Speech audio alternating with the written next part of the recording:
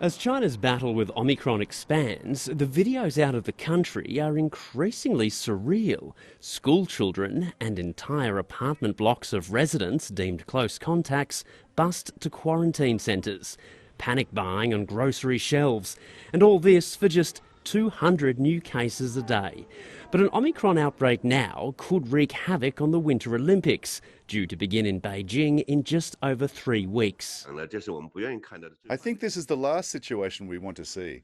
This is what we try our best to avoid, and is our goal of prevention and control measures. If the mass cluster transmission happens, it will impact the Games and the schedule for sure. This outbreak couldn't come at a worse time, as people start to travel far and wide ahead of the Lunar New Year. And so the efforts to control the virus ramp up. Mass testing, apps that track your movements, lockdowns and forced quarantine might seem drastic, but it works.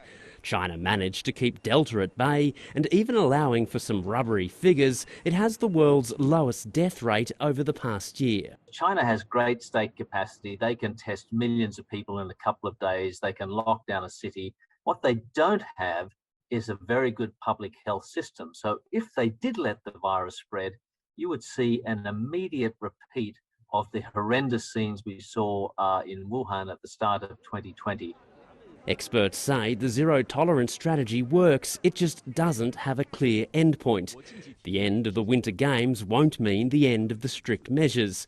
China's leader Xi Jinping has managed to convince Communist Party power brokers to give him an unprecedented third term in power at the end of this year. Nothing will be left to chance in the lead-up, meaning zero tolerance, and more scenes like this will be the norm. Bill Birtles, ABC News.